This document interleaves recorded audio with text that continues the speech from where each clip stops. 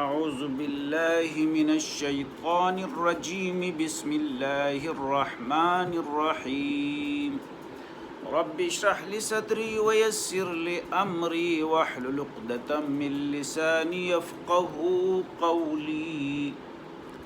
محترم سامعین و ناظرین، آج درس قرآن حکیم کے سلسلے میں سورہ زمر کی آیات نمبر 16، 17 اور 18 کو لے کر درس قرآن حکیم کے سلسلے میں آپ لوگوں کی خدمت میں حاضر ہوں۔ آئیے سب سے پہلے آیات نمبر 16 کی تلاوت، ترجمہ اور مختصر مفہوم آپ کو بتاتے چلوں۔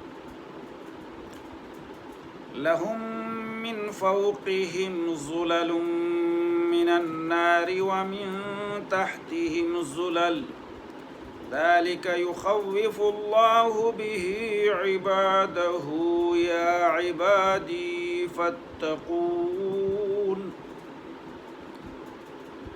انہیں نیچے اوپر سے آگ کے شعلے مثل سائبان کے ڈھانگ رہے ہوں گے۔ یہی عذاب ہیں جن سے اللہ تعالیٰ اپنے بندوں کو ڈرا رہا ہے۔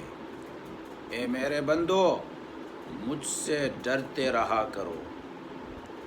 آیات کا ترجمہ ایک مرتبہ پھر سن لیجئے۔ انہیں نیچے اوپر سے آگ کے شعلے مثل سائبان کے ڈھانگ رہے ہوں گے۔ یہی عذاب ہیں جن سے اللہ تعالیٰ اپنے بندوں کو ڈرا رہا ہے کہ اے میرے بندو، مجھ سے ڈرتے رہا کرو۔ اس آیات کریمہ کا مفہوم مستند تفسیر میں یہی بیان ہوا ہے کہ اہل جنت جب جنت میں جائیں گے، ان کے بعض اگر دوسرے رشتہ دار جہنم میں جا رہے ہیں، وہ ان سے الگ ہیں۔ اگر سب کے سب جہنم میں گئے تو وہاں بھی برائی کے حساب سے ایک دوسرے سے دور رہیں گے، پریشانی کے حساب سے، مغموم ہونے کے حساب سے الگ ہوں گے۔ بہرحال پھر ان کا جو حال جہنم میں ہوگا، ان کا بیان اس طرح کیا جا رہا ہے کہ اوپر تلے سے آگ ہی آگ ہوگا، اوپر بھی نیچے بھی، ہر طرف سے ان کو آگ اپنی لپیٹ میں لے لے گا۔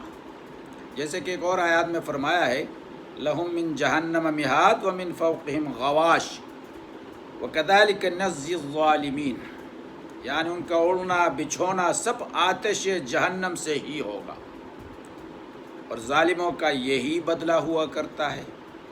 ایک اور آیات میں اللہ نے یوں فرمایا، یوم یغشاہم العذاب، قیامت کے دن انہیں نیچے اوپر سے عذاب ہو رہا ہوگا، اوپر سے ان کو یہ بھی کہا جائے گا اپنے اعمال کا مزہ چکھو، یہ طعنہ بھی ان کو ملتا چلا جائے گا، اس لیے کہ ان کو ظاہر و باہر سے ہر طرف سے ان کو کھول دیا جائے گا۔ اور حقیقی عذاب جو یقیناً یہ آنے والا عذاب ہے، تو اللہ فرماتے کہ میرے بندو خبردار ہو جاؤ، گناہ اور نافرمانیوں کو چھوڑ دو، میری گرفت اور میرے عذاب و غضب سے، میرے انتقام و حساب سے ڈرتے رہو، تاکہ تمہیں سکون حاصل ہو جائے، ورنہ اللہ کے عذاب بہت ہی تکلیف دہ، کوئی قابل برداشت نہیں ہوتا ہے۔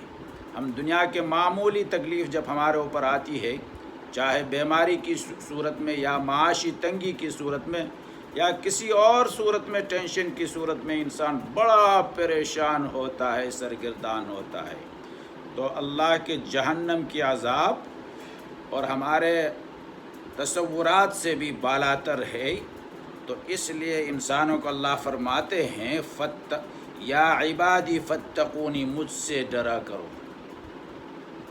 اے میرے بندو مجھ سے ڈرا کرو، اور جہنم کے اس عذاب سے اپنے آپ کو بچانے کی کوشش کیا کرو۔ آیات نمبر 17، والذین اجتنبوا الطاغوت ان یعبدوها وانابوا الی اللہ لهم البشری فبشر عباد والذین اجتنبوا الطاغوت ان یعبدوها وانابوا الی اللہ لهم البشری فبشر عباد، جن لوگوں نے اللہ تعالیٰ کے سوا دوسروں کی عبادت سے پرہیز کیا اور ہماتاً اللہ کی طرف متوجہ رہے، وہ خوشخبری کے مستحق ہیں، بس میرے بندوں کو خوشخبری سنا دیجیے۔ آیات کا ایک مرتبہ پھر ترجمہ سن لیجیے۔ جن لوگوں نے اللہ تعالیٰ کے سوا دوسروں کی عبادت سے پرہیز کیا اور ہماتاً اللہ کی طرف متوجہ رہے، وہ خوشخبری کے مستحق ہیں، بس میرے بندوں کو خوشخبری سنا دیجیے۔ اگلا آیات کا ترجمہ بھی دیکھ لیں، پھر ان دونوں کو ملا کر اس کا مفہوم آپ کو بتا دیں گے۔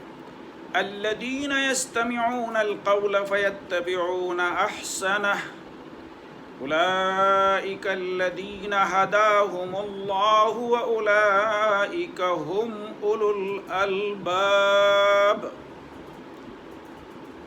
جو بات کو کان لگا کر سنتے ہیں، پھر جو بہترین بات ہو اس پر عمل کرتے ہیں، یہی ہیں جنہیں اللہ تعالیٰ نے ہدایت کی ہے اور یہی عقل مند بھی ہیں۔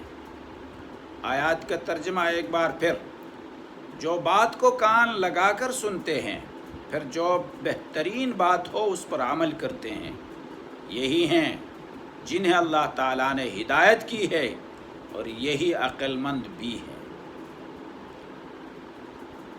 ان آیات کریمہ کا بعض مفسرین نے ایک مختصر سا شان نزول بیان کرتے ہیں، وہ یہ ہے: زید بن عمرو بن نفیل اور ابو ذر اور سلمان فارسی رضی اللہ عنہم کے بارے میں اتری ہے یہ آیات، لیکن صحیح یہ ہے کہ یہ آیات جس طرح ان بزرگوں کو شامل ہے، اسی طرح ہر اس شخص کو بھی شامل ہے جس میں یہ پاک اوصاف ہو، یعنی اللہ تعالیٰ کے سوا سب سے بیزاری اور اللہ تعالیٰ کی فرمان برداری۔ یہ ہیں جن کے لیے دونوں جہاں میں خوشیاں ہیں۔ جو غیر اللہ سے بیزاری اختیار کرے گا اور اللہ رب العزت کی فرمان برداری کرے گا، دونوں جہانوں کی خوشیاں ہیں۔ بات سمجھ کر سن کر جب وہ اچھی ہو تو اس پر عمل کرنے والے مستحق مبارکباد ہے۔ واعظین سے، مبلغین سے یا کتابوں سے پڑھ کر جو بات اچھی ہو، قرآن کے تو ہر بات اچھی ہے، حدیث کے ہر بات اچھی ہے، تو وہ نیکی کی جو باتیں ہیں، اچھی جو باتیں ہیں، ان کو اپنی زندگی کا حصہ بنا لیتے ہیں، تو اللہ فرماتے ہیں کہ وہ مستحق مبارکباد ہے۔ اللہ تعالیٰ نے اپنے کلیم پیغمبر حضرت موسیٰ علیہ السلام سے تورات کے عطا فرمانے کے وقت فرمایا تھا، اس سے مضبوطی سے تھامو اور اپنی قوم کو حکم دو کہ اس کی اچھائی کو مضبوط تھام لے۔ عقل مند اور نیک روش لوگوں میں بھلی باتوں کے قبول کرنے کا صحیح جذبہ ضرور ہوتا ہے۔ یہ تو اس کا مفہوم مختلف مفسرین نے بیان کیے ہیں، جن کا لب لباب میں نے آپ کو بتا دیا۔ اس میں ایک لفظ والذین اجتنبوا الطاغوت، یہ طاغوت کا لفظ استعمال ہوا ہے، اس کے بارے میں آپ کو ذرا بتاتے چلے۔ طاغوت طغیان سے ہے، جس کے معنی سرکشی کے ہیں۔ کسی کو طاغی، سرکش کہنے کے بجائے اگر طاغوت سرکشی کہا جائے تو اس کے معنی یہ ہیں کہ وہ انتہا درجے کے سرکش ہے۔ مثال کے طور پر کسی کو حسین کے بجائے اگر یہ کہا جائے کہ وہ حسن ہے، تو اس کا مطلب یہ ہوگا وہ خوبصورتی میں درجہ کمال کو پہنچا ہوا ہے۔